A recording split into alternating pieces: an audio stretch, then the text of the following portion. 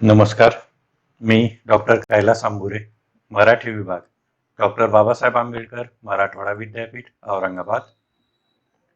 मी समकालीन मराठी समीक्षा या विषयावरती काही विचार मांडणार आहे. आज 2020 मध्ये असताना मराठी समीक्षेला प्रारंभ होऊन 150 वर्षांचा काळ उलटलेला आहे. या 150 वर्षाच्या कालखंडामध्ये अनेक लेखक, वाचक, समीक्षक, अभ्यासक, नियतकालिके, चर्चा, संमेलन, परिषदा, विद्यापीठीय विभाग आणि अभ्यासक आणि संशोधकांचा अनन्यसाधारण अशा प्रकारचा सहभाग राहिलेला आहे. मराठीमध्ये सुरुवातीला असणारी जी काही टीका होती ती टीका संस्कृत पासून मराठीत आलेली होती आणि कालांतराने अर्थात आधुनिक काळामध्ये हीच टीका पाश्चिमात्य वळणाच्या समीक्षेमध्ये रूपांतरित झालेली आपल्याला दिसते.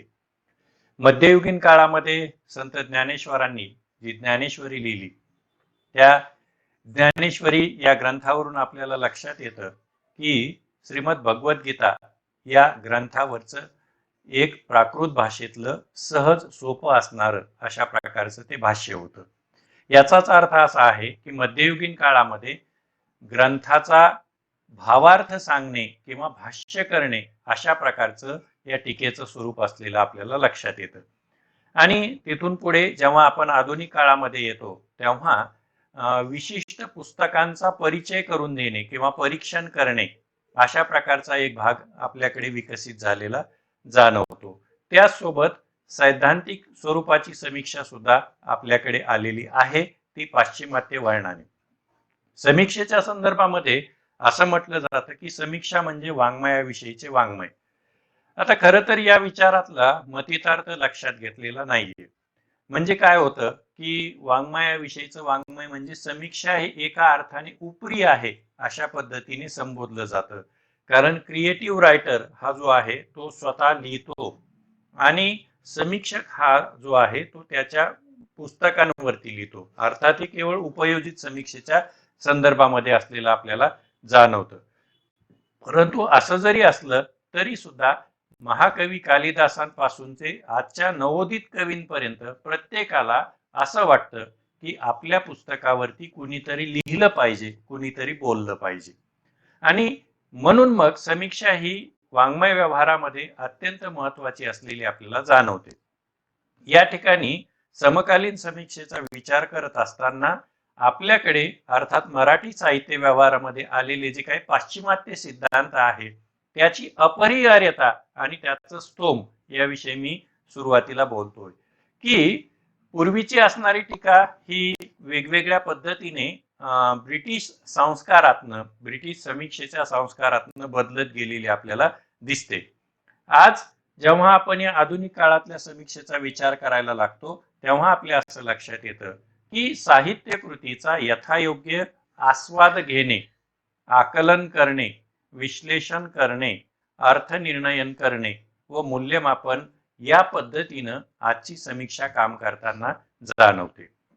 यासोबतच साहित्य व्यवहाराच्या बरोबरीनेच समाजशास्त्र, मानसशास्त्र, तत्वज्ञान, इतिहास, पर्यावरण, मानववंशशास्त्र, संस्कृती, धर्म, भाषाशास्त्र, अर्थशास्त्र, राज्यशास्त्र, विज्ञान, तंत्रज्ञान आणि साहित्येतर कला या सर्वांशी आजच्या कलाकृतींचा आणि समीक्षेचा अनुबंध असलेला आपल्याला जाणवतो. याचं कारण असं आहे की आजच्या काळामध्ये व्यक्ती आणि समाज जीवनामध्ये एवढे बदल झालेत की त्यामध्ये त्याचं स्वरूप असणार जे आहे ते व्यामिश्र असलेलं आपल्याला दिसतं. आणि परिणामतः पूर्वीच्या काळामध्ये असणारी जी काही विशिष्ट चौकटीत बंदिस्त असणारी समीक्षा होती ती समीक्षा आज बदललेली आपल्याला दिसून येते. कारण ती संहितेपुरती मर्यादित होती, एका विशिष्ट चौकटीपुरती मर्यादित होती. पण आजची समीक्षा जी आहे ती आता उल्लेख केल्याप्रमाणे विविध शाखांना स्पर्श करणारी किंवा विविध शाखांच्या अनुषंगाने कलाकृतींचा वेध घेणारी अशा पद्धतीची झालेली आपल्याला दिसून येते. याचाच अर्थ असा आहे की प्रचलित समीक्षेच्या तत्वांमध्ये बदल झालाय. आणि पाश्चिमात्य असणारे सिद्धांत जे आहेत, उपपत्ती आहेत आणि समीक्षा दृष्टिकोन जे आहेत, याचं मराठीमध्ये मोठ्या प्रमाणामध्ये आयातीकरण झालं. याच्यामध्येच काय झालं की नवोत्तर काळामध्ये जागतिकीकरणाच्या परिणामातून आविष्कृत झालेलं जे साहित्य आहे, त्या साहित्याच्या समीक्षेसाठी, परीक्षणासाठी वेगवेगळ्या प्रकारच्या नवनवीन सिद्धांत आणि दृष्टिकोनांची गरज निर्माण व्हायला लागली. म्हणजेच कुठेतरी निव्वळ कला, निखळ कला हा जो भाग होता तो खर तर कधीच असत नाही. कारण कोणताही कलावंत हा समाजात जीवन जगतो आणि त्याच्या कलाकृतीमधून विशिष्ट प्रकारचा समाज हा अभिव्यक्त झालेला आपल्याला दिसून येतो. आणि याचा परिणाम काय झाला तर सातत्याने वेगवेगळ्या प्रकारचे जे वाद आहेत ते वाद आपल्याकडे उपयोजले जायला लागले. यामध्ये आपल्याला लक्षात येतं की अतिवास्तववाद आहे, अभिजातवाद आहे, अस्तित्ववाद आहे, आदिमतावाद आहे, असे अनेक वाद आपल्याला सांगता येऊ शकतील. संरचनावादासारखा वाद आहे. या वादांचा मराठी समीक्षेमध्ये उपयोग केला जायला लागला. आता हे सगळं म्हणजे समीक्षेचे सिद्धांत असू द्या, समीक्षेतले असणारे वेगवेगळ्या प्रकारचे इझम्स असू द्या किंवा समीक्षा विषयक दृष्टिकोन असू द्या, हे सगळं मराठीमध्ये आणलं कुणी किंवा मराठीमध्ये उपयोजन कोण करतं तर ज्याचं इंग्रजीवरती प्रभुत्व चांगलं आहे अशा अभ्यासकांनी, समीक्षकांनी हा सगळा भाग केलेला आपल्याला दिसतो. या खर तर काय आहे माहिती का की पाश्चिमात्य समीक्षा विवांचं उपयोजन करण्यास हरकत नाही. त्याचं कारण असं आहे की ती काळाची गरज आहे. कारण काय की मूलतः मला असं वाटतं की विश्वातल्या समीक्षेमध्ये सर्वाधिक योगदान जर कुणी दिलेलं असेल तर ते फ्रेंच समीक्षकांनी दिलेलं आहे. आणि फ्रेंचांचं साहित्य, फ्रेंचांची समीक्षा जशी ब्रिटिशांनी स्वीकारली, जशी अमेरिकनांनी स्वीकारली, तसं आपल्याला सुद्धा स्वीकारणं अपरिहार्य आहे. फक्त भाग एवढाच आहे की मराठी समाज, संस्कृती आणि भाषा संवेदना ज्या आहेत यांच्याशी आपण या सगळ्या गोष्टींचे अनुबंध प्रस्थापित केले पाहिजे. परंतु आपल्याकडे तसं होत नाही. कारण त्याचं कारण असं आहे की ज्या पद्धतीनं हे समीक्षा सिद्धांत आणले गेलेले आहेत ते त्याच्या पद्धतीने आणलेले आहेत. आणि म्हणून मग मला पुन्हा एक प्रश्न असा पडतो की आपल्या समाजाचे असणारे प्रश्न आणि पाश्चिमात्य समाजाचे असणारे प्रश्न हे एक आहेत का? आणि हे एक जर असतील तर समीक्षेच्या फुटपट्ट्या ज्या आहेत त्या जशाच तशा स्वीकारायला, उपयोजायला आपण हरकत नाही. खर तर याला काही सन्माननीय अपवाद आहेत, परंतु सन्माननीय अपवादाचं प्रमाण जे आहे ते बोटावरती मोजण्या इतपत आहे. आणि म्हणून मग ज्येष्ठ समीक्षक डॉक्टर सुधीर रसाळ असं म्हणतात की गेल्या 50 वर्षापासून मराठी समीक्षेचा निर्वाह जो आहे तो केवळ पाश्चात्य साहित्य विचारांवरती होत आहे. आणि ह्या वेगवेगळ्या प्रकारच्या असणाऱ्या वादांच्या बरोबरीनेच वेगवेगळे समीक्षा दृष्टिकोन जे आहेत ते उपयोजण्याचं प्रमाण मोठ्या प्रमाणात आपल्याकडे होताना आपल्याला दिसतं. परंतु यातला मतितार्थ लक्षात घेतला जात नाही. आपल्याकडे जे पाश्चिमात्य सिद्धांतांचं आयातीकरण केलं जातं आणि त्याचं उपयोजन केलं जातं याच्याविषयी ज्येष्ठ समीक्षक प्राध्यापक हरिश्चंद्र थोरात यांचं मत अतिशय महत्वाचं आहे. त्यांनी असं म्हटलेलं आहे की आपल्याकडे विविध पाश्चात्य सिद्धांत विवाहांचे जे उपयोजन केले जाते ते पाहिले की मला माझ्या खेड्यातील सायकल दुरुस्तीच्या दुकानाची आठवण येते. सुरुवातीच्या काळामध्ये आपल्याकडे जी सायकल आली आणि आल्यानंतर तो मेकॅनिक जो असायचा सायकल दुरुस्त करणारा, त्याला त्या सायकलीच्या संदर्भातलं फारसं ज्ञान नसायचं आणि त्यामुळं त्याच्याकडे असणारी जी एक पेटी असायची त्या पेटीतले पाने, साधनं तो काढून पाहायचा आणि त्या सायकलला कुठे बसतो का हे पाहायचं. आणि एक लावून पाहिला तो बसला तर ठीक आहे, नाहीतर दुसरा लावायचा, तिसरा लावायचा. अशा पद्धतीनं तो पाने लावून पाहायचा आणि जो बसेल त्याने ती सायकल दुरुस्त करायची. आता थोरात सर असं म्हणतात की सायकलचा दुकानदार ते बसतात की नाही हे पाहत असे, आम्ही आमच्या बौद्धिक हत्यारांची तेवढी सुद्धा काळजी घेत नाही. म्हणजे आजच्या असणाऱ्या नव्या पिढीतले जे समीक्षक आहेत त्यांच्याकडून मात्र अशा प्रकारची गल्लत होताना आपल्याला दिसते. परिणाम काय झाला तर मराठी साहित्य जे आहे ते आज इंग्रजी साहित्याच्या कुटुंबातील असल्याचा आपल्याला भास होतो. याच्यामुळे झालं असं की आपण पूर्णतः परावलंबी झालो. आयातीकरणावरती आपलं काम भागायला लागल्यामुळं आपल्याला कोणत्याही प्रकारचे बौद्धिक परिश्रम घ्यायची गरज पडत नाही आणि सध्याचा जो काळ आहे ना तो काळ झटपट प्रसिद्धीचा आहे. या काळामध्ये संयम हा दुर्मिळ झालेला आहे आणि अशा परिस्थितीमध्ये जुन्या अभ्यासकांनी समीक्षकांनी जे योगदान दिलेलं आहे ते खरं तर अतुल्य अशा प्रकारचं आहे. म्हणजे उदाहरणार्थ पहा, मद हातकणंगलेकर, सुधीर रसाळ, द भि कुलकर्णी, राग जाधव, गंगाधर पाटील, महसू पाटील, वसंत पाटणकर, हरिश्चंद्र थोरात, वसंत आबाजी डहाके, यशवंत मनोहर, विजया राजाध्यक्ष आहेत किंवा अक्षय कुमार काळे, या लोकांनी जे स्वतःला या अभ्यास विषयाला समीक्षेला वाहून घेतलं तसा प्रकार हल्ली होताना आपल्याला दिसत नाही. मी या ठिकाणी दोन उदाहरणं आपल्या समोर ठेवतोय. एक आहे मद हातकणंगलेकर यांनी समीक्षा लेखनास 1950 मध्ये प्रारंभ केला होता. त्यांचा साहित्यातील अधोरेखिते हा जो लेख आहे ग्रंथ आहे तो समीक्षा ग्रंथ साधारणतः 30 वर्षानंतर प्रसिद्ध झाला. म्हणजे लेखनास प्रारंभ केल्यानंतर 30 वर्षांचा कालखंड उलटून जावा लागलेला आपल्याला दिसतो. हीच परिस्थिती सुधीर रसाळांची सुद्धा आहे. सुधीर रसाळांनी 50च्या आसपास लेखनाला प्रारंभ केला होता आणि मराठी कवी काही मराठी कवी जाणीव आणि शैली हा त्यांचा ग्रंथ 1984 मध्ये प्रसिद्ध झाला. याचाच अर्थ असा आहे की या लोकांकडे संयम होता. या लोकांनी आपलं आयुष्य झिजवलं आणि आजही झिजवत आहेत. तेव्हा त्यांना आयुष्याच्या उत्तरार्धामध्ये कुठेतरी नावलौकिक मिळालेला, प्रसिद्धी मिळालेली आपल्याला दिसून येते. परंतु आजची परिस्थिती कशी आहे की अभ्यासाशिवाय आपल्याला समीक्षक म्हणून लौकिक पाहिजे आहे.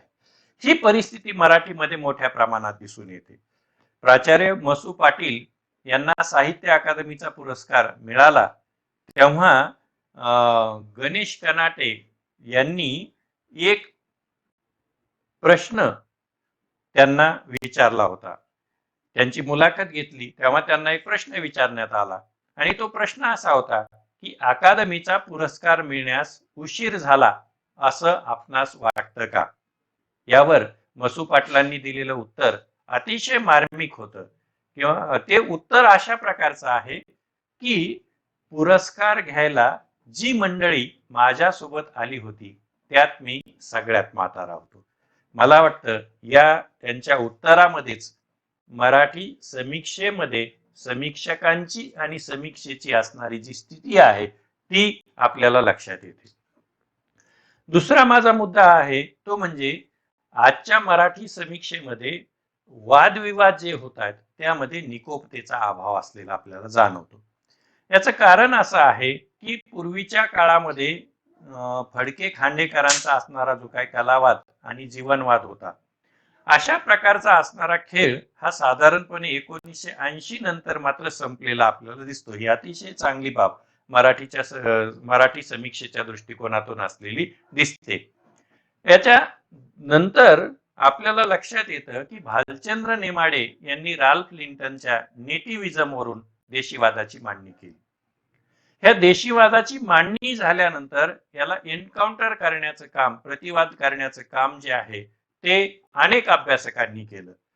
त्यामध्ये विलास सारंग, हरिश्चंद्र थोरात, आनंद पाटील, रावसाहेब कसबे, मोतीराम कटारे, नागनाथ कोतापल्ले, ते अगदी अलीकडचा असणारा राहुल कोसंबी या सर्वांनी प्रतिवाद केला. याच्या समर्थनार्थ मात्र अशोक बाबर यांनी सातत्याने मांडणी केली. त्यांचं देशीवाद आहे किंवा देशीवादाचे दुश्मन हे दोन्ही असणारी पुस्तकं जी आहेत ती समर्थनार्थ येताना आपल्याला दिसतात. परंतु अलीकडे रावसाहेब कसबे आणि भालचंद्र नेमाडे यांच्यामध्ये जे काही देशीवादावरून वाद झालेला आपल्याला दिसतो तो वाद निकोप पातळीवरती राहताना दिसत नाही. तर हा वाद जो आहे तो कुठेतरी देशीवादापासनं व्यक्तिगत आयुष्यापर्यंत आलेला आपल्याला दिसतो. म्हणजेच काय, तर या वादाने अतिशय खालची पातळी गाठलेली आहे. खरं तर हे अत्यंत चुकीचं आहे, परंतु या संदर्भामध्ये प्राध्यापक विलास सारंग यांनी मॅनहोल मधला माणूस या ग्रंथामध्ये मराठी किंवा भारतीय साहित्य आणि जात वास्तव याच्याविषयी जे मत व्यक्त केलेलं आहे ते अत्यंत महत्वाचं आहे, की आपल्याकडची कोणती चर्चा जी आहे ना ती जातीच्या पलीकडे जात नाही आणि या बंधनामध्ये आपण अडकलेलो असल्यामुळे निकोप अशा प्रकारची चर्चा होताना दिसत नाही. दुसरी महत्वाची बाब म्हणजे की असं असताना सुद्धा मराठी सैद्धांतिक समीक्षेमध्ये काही महत्वाचे ग्रंथ जे आहेत, माइलस्टोन म्हणावा अशा प्रकारचे ग्रंथ 2000 नंतरच्या काळामध्ये आलेले आपल्याला दिसतात. यामध्ये प्रभा गणोरकर, वसंत आबाजी डहाके, जया दडकर यांनी संपादित केलेला वाङ्मयीन संज्ञा संकल्पना कोश किंवा विजया राजाध्यक्ष यांनी संपादित केलेला मराठी वाङ्मय कोश खंड चौथा समीक्षा संज्ञा, हे दोन महत्वाचे कोश आहेत. आणि त्याचसोबत समीक्षेतील नव्या संकल्पना हा मनोहर जाधव यांनी संपादित केलेला एक ग्रंथ, आणि दुसरा 2007 मध्ये आलेला मिलिंद मालसे आणि अशोक जोशी यांनी संपादित केलेला आधुनिक मराठी समीक्षा सिद्धांत, हे चार ग्रंथ, दोन कोश आणि दोन ग्रंथ मराठी सैद्धांतिक समीक्षेच्या दृष्टिकोनातून अत्यंत महत्वाचे असलेले दिसतात. या पार्श्वभूमीवरती मात्र मराठी समीक्षेत स्वतंत्र सिद्धतेचा अभाव का जाणवतो, अशा प्रकारचा पुढचा प्रश्न माझ्यासमोर निर्माण होतो. खर तर समीक्षा आणि साहित्य हे परस्परावलंबी आहे आणि परस्परावलंबी असणाऱ्या या जो दोन क्रिया आणि प्रतिक्रिया म्हणूया आपण, ह्या ज्या आहेत त्या एकमेकांवरती अवलंबून आहेत. म्हणजेच याचाच अर्थ असा आहे की उत्तम प्रकारची असणारी जी कलाकृती आहे ती कलाकृती जी असते ती बुद्धीला आव्हान देते आणि बुद्धीला आव्हान देणाऱ्या अशा प्रकारच्या कलाकृतीमुळे सिद्धांतन होतं, असं सुद्धा एक महत्वाचं मत असलेलं आपल्याला दिसतं. दुसरी गोष्ट अशी आहे की पाश्चिमात्य देशांमध्ये जी परंपरा आहे ती आपल्याकडे असलेली आपल्याला दिसत नाही. म्हणजेच काय की ज्या समीक्षकांनी आता नावलौकिक मिळालेला आहे त्यांनी आयुष्य वाहून घेतलं, पण आपल्याकडे मात्र आज धरसोड वृत्ती मोठ्या प्रमाणात होताना दिसते. दुसरं महत्वाचं म्हणजे मराठी साहित्य जे आहे ते मराठी सिद्धांतांना किंवा वादांना बळ देत नाही असं जर म्हटलं तर ते वावगं ठरणार नाही. त्याचं कारण असं आहे की आपल्याकडची असणारी जी समीक्षा आहे ती मोठ्या प्रमाणात आहाहा आणि अरेरे या दोन गटांमध्ये विभागलेली आपल्याला दिसते. मध्यम मार्ग आपल्याला माहितीच नाही आणि त्याच्यामुळं आपल्याकडे असणारा जो काही 1920 नंतर आलेला गांधीजींचा प्रभाव होता, त्यातनं आलेला गांधीवाद आहे किंवा डॉक्टर बाबासाहेब आंबेडकरांच्या प्रभावातनं आलेला आंबेडकरवाद आहे, या दोन्हींचा अवलंब होऊन मराठी साहित्याची समीक्षा झालेली दिसत नाही. म्हणजे साठोत्तरी काळातला असलेला महत्वाचा प्रवाह दलित साहित्याचा, या दलित साहित्याच्या प्रवाहाची पारंपरिक समीक्षा दृष्टिकोनातूनच समीक्षा झालेली दिसते. अपवादात्मक राजा ढाले आणि यशवंत मनोहर यांनी आंबेडकरवादाची मांडणी केली, परंतु त्याचं उपयोजन मात्र अन्य समीक्षकांकडून होऊ शकलेलं नाही, हे या ठिकाणी मला नोंदवावंसं वाटतं. त्याचसोबत कोणत्याही प्रकारचे असणारे जे इझम असतात किंवा वाद असतात ते त्या काळातल्या सामाजिक आणि सांस्कृतिक घडामोडीतून जन्माला येत असतात, सांस्कृतिक पर्यावरणातून जन्माला येतात. याचाच अर्थ असा आहे की तो काळ, तिथलं सामाजिक आणि सांस्कृतिक पर्यावरण महत्वाचं असतं आणि आपली असणारी जी काही परंपरा आहे ती परंपरा कुठेतरी श्रद्धेची असलेली दिसते आणि या श्रद्धेय परंपरेमुळे, पौराणिक परंपरेमुळे आपल्याकडे बौद्धिक चिकित्सेचा अभाव आहे. कारण कोणत्याही वाङ्मयाकडे श्रद्धेच्या दृष्टिकोनातून आपल्याकडे पाहिलं जातं आणि म्हणून मला वाटतं की गांधीवाद असेल, आंबेडकरवाद असेल, याचा विकास होऊ शकलेला नाही असंही या ठिकाणी नोंदवता येईल. आणखी एक महत्वाचा भाग म्हणजे अलीकडे जे काही स्पेशलायझेशन आलंय त्या स्पेशलायझेशन मध्ये आपण एवढं गुंतलेलो आहोत की त्या चौकटी ओलांडून आपण बाहेर जात नाही आणि त्यामुळं आपल्या अवतीभोवतीच्या असणाऱ्या ज्या काही ज्ञानशाखा आहेत, तत्वज्ञान आहे, या सगळ्या गोष्टींपासून आपली फारकत होताना आपल्याला दिसते. याच्यामुळं आपला अभ्यास आणि मराठी अभ्यासकांची मांडणी जी आहे ती कुठेतरी संकुचित होताना दिसते. शेवट करत असताना एक मत उदय प्रकाश यांचं मला या ठिकाणी नोंदवणं अत्यंत महत्वाचं वाटतं. उदय प्रकाश यांनी भारतीय साहित्यिकांच्या संदर्भामध्ये एक अतिशय सुंदर अशा प्रकारची प्रतिमा सांगितलेली आहे. ती आहे थकी हारी प्रतिभा आहे. त्यांनी असं म्हटलेलं आहे की भारतीय लेखक जे आहेत ते कुणीही पूर्ण वेळ लेखन करत नाही. ते अन्य प्रकारची नोकरी करतात, कुठेतरी व्यवसाय करतात, दिवसभर काम करतात आणि संध्याकाळी घरी आल्यानंतर दिवसभर कामामुळे थकून गेलेले असतात आणि नंतर लेखन करतात. अशा लोकांना त्यांनी थकी हारी प्रतिभा म्हटलेलं आहे. याचं प्रमाण खूप मोठं आहे आणि ही स्थिती मराठी लेखकांची सुद्धा आहे आणि ही स्थिती मराठी समीक्षेची सुद्धा असलेली आपल्याला दिसून येते आणि याचा परिणाम म्हणून मराठी समीक्षा जी आहे त्या विशिष्ट अशा प्रकारच्या चौकटीत अडकलेली आपल्याला दिसते. जोपर्यंत पाश्चिमात्य सिद्धांत, पाश्चिमात्य वाद आणि दृष्टिकोन या सर्वांचा मराठी मन किंवा भारतीय संस्कृती, भारतीय संवेदना आणि भारतीय भाषा यांच्याशी आपण अनुबंध प्रस्थापित करू शकत नाही, तोपर्यंत या समीक्षेचा खऱ्या अर्थाने समृद्धतेने विकास होणार नाही, असं मला या ठिकाणी खेदाने नोंदवावंसं वाटतं. धन्यवाद.